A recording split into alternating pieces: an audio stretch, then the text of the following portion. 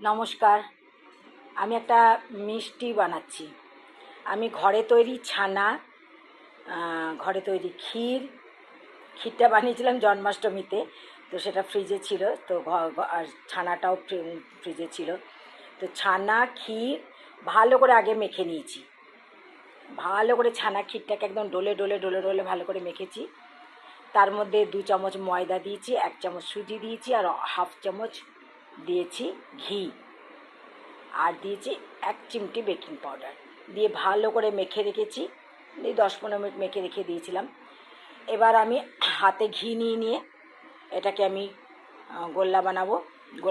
গোলা বানিয়ে তারপরে আমি তেলে ভাজবো। আপনারা যদি ইচ্ছা করেন ঘিয়ে ভাজতে পারেন। আমি ঘিয়ে ভাজবো না, আমি রাইস ব্রেন অয়েলে ভেজে আমি চিনির শিরা না, খন্ডের শিরা বানিয়ে সেটাতে মধ্যে আমি ঢালবো, গোলাপ জামুন বানাবো আর কি। আমি গোল গোল পাকিয়ে নিয়েছি। যে থালাতে রাখবেন সেই থালাতে অবশ্যই তেল বা ঘি আগে ব্রাশ করে নেবেন, আর নিচে লেগে যাবে। আমি কয়েকটা ল্যাংচের মতো করেছি আর কয়েকটা গোল গোল করেছি, কারণ আমার নাতি গোলাপ জামুন খেতে খুব ভালোবাসে, তাই বানাচ্ছি। এই যে আমি খান্ড দিয়ে, আমি আমার প্রত্যেকটা ব্লগেই বলি যে আমি চিনি আমাদের মানে ইউজই হয় না, আমরা চাও খাই খান্ড দিয়ে। খান্ডের এটাকে আমি কোনো তার বানাবো না। ফুটে গেছে একবার, আবার আর একটুখানি ফোটাবো। আর এদিকে আমি কড়াই বসিয়েছি, এবার তেল দেবো। আপনার ইচ্ছা করলে ঘিতেও বা ভাজতে পারেন। তেল দিয়ে আমি এগুলোকে মিডিয়াম আঁচে ভাজতে হবে।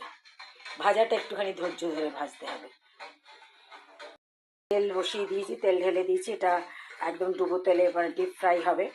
আর এদিকে এটা আমার ফুটে গেছে।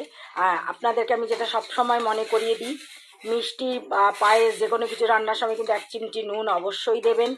আমিও আমার এই খান্ডের শিরাটার মধ্যে আমি 1 চিমটি লবণ দিয়ে রেখেছি। ফুটে গেছে, এবার এটাকে আমি বন্ধ করে দেবো। বন্ধ করে দিয়ে তারপরে আমি এগুলো ভাজা হলে তারপরে আবার একটুখানি ফোটাবো। না, এটা ভালো করে গরম হোক। একদম খুব বেশি ধোঁয়াটা গরম করবে না, তাহলে কিন্তু দেওয়ার সাথে সাথে ওপর থেকে পুড়ে যাবে গোলাপ জামুনগুলো। তা হালকা গরম হলেই তারপরে এটাকে আমি ছাড়বো। তেলে ছেড়ে দিয়েছি। তেলটা অল্প অল্প গরম হওয়ার পরে আমি এটাকে তেলে ছেড়েছি। এখন ছাড়ার পরেই নাড়বেন না, একটুখানি পরে নাড়বেন। আমি আঁচ মিডিয়ামে করে দিয়েছি। এটা লাল লাল করে ভেজে তারপরে আমি রসে ফেলবো। এই যে দেখুন ভাজা হয়ে গেছে। এবার আমি এটাকে নামিয়ে নিয়ে রসে ফেলবো। আমার আর এইগুলো বাকি আছে, এগুলো তারপরে ভেজে নেব। ভাজা হয়ে গেছে। আচ্ছা, আপনারা না একটা পিঠ একদম কালো করে তারপর যদি উল্টাতে যান, তখন দেখবেন আপনারা এটা কিন্তু উল্টায় না।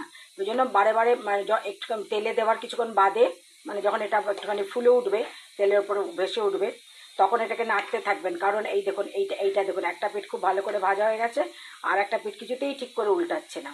তো এরকম উল্টানো হয়, ঠিক আছে। তারপরে এগুলো এবার সব কটা ভাজা হয়ে গেলে তারপরে আমি এটা রসের মধ্যে ছেড়ে দেবো। সবকটা গরম রসের মধ্যে ঢেলে দিয়েছি। এবার একবার এটা মানে ফুটে উঠলে বন্ধ করে দেবো। রসটাকে একবার ছাড়ার পর একটুখানি ফুটে উঠবে, তারপরে আমি আপনাদেরকে একটুখানি মিনিট 10-15 বাদে দেখবেন এটা রস ভরে গেছে। তারপরে আমি দেখাবো আপনাদেরকে। মোটামুটি রস অনেকটাই ঢুকে গেছে। ল্যাংচাগুলোর সাইজগুলো দেখুন কত বড় হয়ে গেছে, গোলাপ জামুনেরও সাইজ বড় হয়ে গেছে। এবার আমি বাটিতে, আমার নাতি তো পাগল করে দিচ্ছে, স্কুল থেকে এসছে, ওই যে চেঁচামেচি করছে, এক্ষুনি দাও নাহলে আমি ভাত খাবো না। তো আগে নাতিকে সার্ভ করে দিই, নাতিকে দিই, তারপরে দেখাচ্ছি। এই যে গোলাপ জামুন রসে ডুবে গেছে, আর একটু ডুববে, কিন্তু আমার নাতির জন্য মানে শুরু করেছে। এই দেখুন, তবু এই দেখুন দেখাচ্ছে, এই দেখুন রস ডুবে গেছে, দেখেছেন? দেখুন রস ঢুকে গেছে, সাইজও বড় হয়ে গেছে, আর একটু বড় হবে সাইজে। তো আপনাদের ভালো লাগলে বানিয়ে খাবেন। ছানার ক্ষীর মানে কিন্তু আবার সেই আমার যে কিছু বাইরের বা বাংলার বাইরের বন্ধুরা আছে, তারা ভাববেন না যে পায়েস। ক্ষীর মানে যে দুধটাকে শুকিয়ে যে খোয়া যেটা দোকানে পাওয়া যায়, সেই ঘরে বানানো ক্ষীর আর ছানা ঘরে বানানো দিয়ে ময়দা একটু মিশিয়ে, একটু সুজি মিশিয়ে করেছি। ভালো লাগলে বানিয়ে খাবেন, লাইক শেয়ার করবেন, সাবস্ক্রাইব করবেন, কমেন্টস করবেন। আসি তাহলে, নমস্কার।